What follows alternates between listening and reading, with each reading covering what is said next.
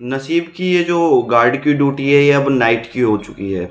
और बूढ़े बाबा ने नसीब को ये बता दिया है कि रात को थोड़ा सा यहाँ पर स्कैरी मामला हो जाता है, तो जब मैं आऊँ तभी बॉडी किसी को देना, अदरवाइज कोई अकेले मुर्दा घर के अंदर नहीं जाएगा। ये बोलकर बूढ़े बाबा कहते हैं कि मैं चाय लेकर आता हूँ।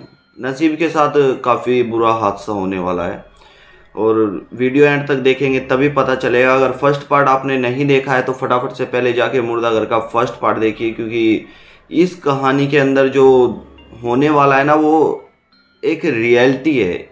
एक हॉस्पिटल नहीं, दो हॉस्पिटल नहीं, बल्कि जितने भी हॉस्पिटल्स हैं इन सब की एक ये रियलिटी मानी जाती है। और जो मुर्दा घर के अंदर ड्यूटी करते हैं उनको खास तौर पे ये बताया जाता है कि यहाँ पर ड्यूटी करने से पहले इन चीज़ों को आपको फॉलो करना ही होगा। नसीब की डे की ड्यूटी थी तब तक तो ठीक था, लेकिन जब उसकी नाइट की ड्यूटी हुई तो नसीब को किसी बात का खौफ ही नहीं था। लेकिन आज जो उसके साथ होने वाला है उसके बाद उसकी ज़िंदगी ही बदल जाएगी। कहानी की तरफ बढ़ते हैं उससे पहले मैं बता दूं चैनल पे मिलता क्या है और थोड़ा सा इंट्रो हो जाए। नमस्कार, जय भोलेनाथ। मेरा नाम शंकर है। आप सभी लोग जानते हैं कि मैं कहानियाँ सुनाता हूँ, वो कहानियाँ सुनाता हूँ जो सच्ची घटना पर आधारित होती हैं और जो आप सभी लोग मुझे भेजते हैं, मेरे रिलेटिव, फ्रेंड्स और कुछ ऐसा सर्कल है जो मुझे रियल स्टोरी ला कर देता है और मैं आप सभी लोगों तक पहुँचाता हूँ। इन कहानियों को बनाने का एक ही मकसद होता है कि किसी की गलती किसी के लिए सीख बन जाए। ज़्यादातर जब लोगों के साथ ये मिस्टेक्स हो जाती हैं उसके बाद उन्हें ये समझ नहीं आता कि वो अब आगे करें क्या, उनके साथ होगा क्या, क्या परेशानी है, किस तरह से ये हल होगी। तो क्या पता शायद किसी एक पर्सन की इन वीडियोस से हेल्प हो जाए।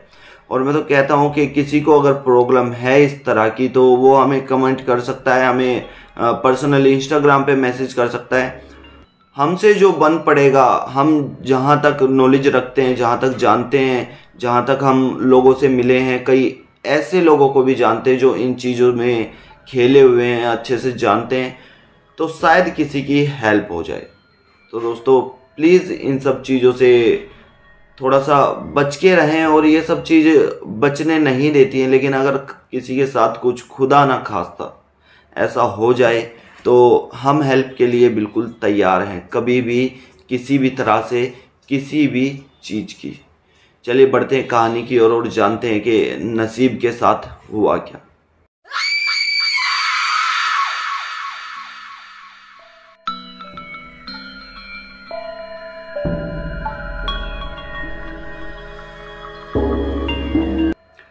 बूढ़े बाबा नसीब को और साथ वाले बंदे को बोल के गए थे कि मैं चाय लेके आता हूँ, इतने तुम बाहर ही बैठे रहना। अब नसीब की हाल ही में नाइट की ड्यूटी हुई थी तो एक्साइटेड था।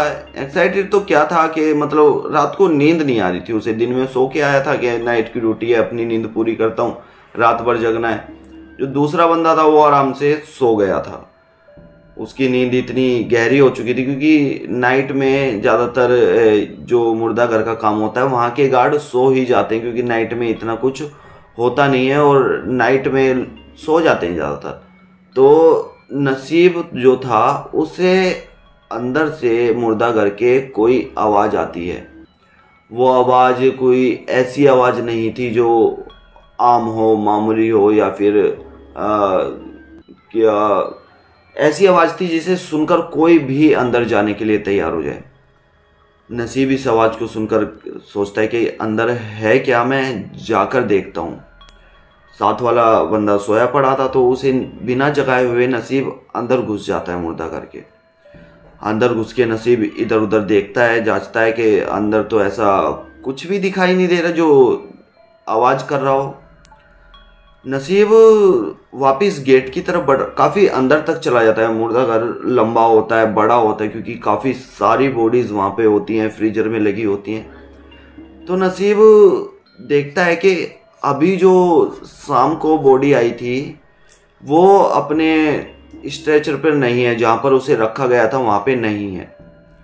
नसीब उसकी बॉडी के पास जाता है। मुर्दा घर में ज़्यादातर ना मैं बता दूँ रेड कलर की लाइट जलती है, क्योंकि कहा जाता है मुर्दा घर में ज़्यादा लाइट नहीं जलानी चाहिए कि इन सब चीज़ों से गलत प्रभाव पड़ता है। ये जो मैं बता रहा हूँ ना, ये आप मेरी बात मत मानो, कहीं पढ़ लेना, सर्च कर लेना, गूगल पे चले जाना, तो रेड कलर की लाइट जल रही थी।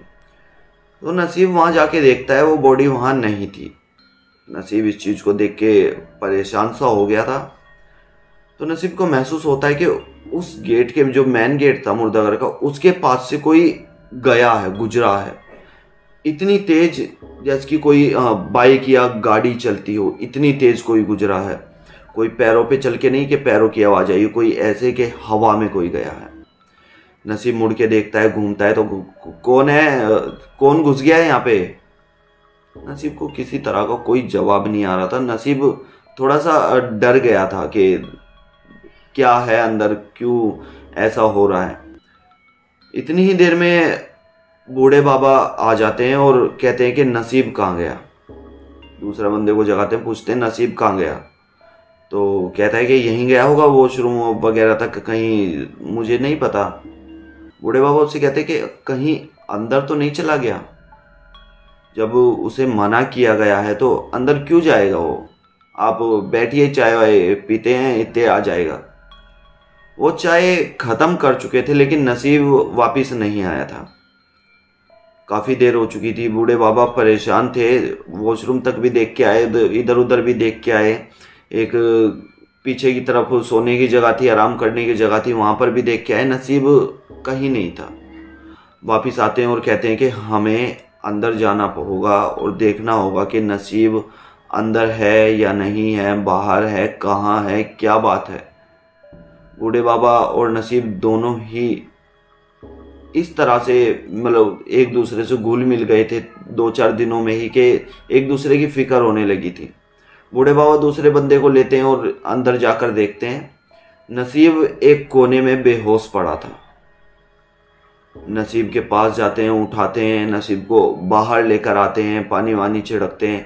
नसीब जब होश में आया ना, तो उसके मुंह से एक ही बात निकल रही थी कि वो कहाँ गया, वो बहुत डरावना है, अंदर अंदर मत जाना, अंदर बहुत कुछ भयानक हो रहा है।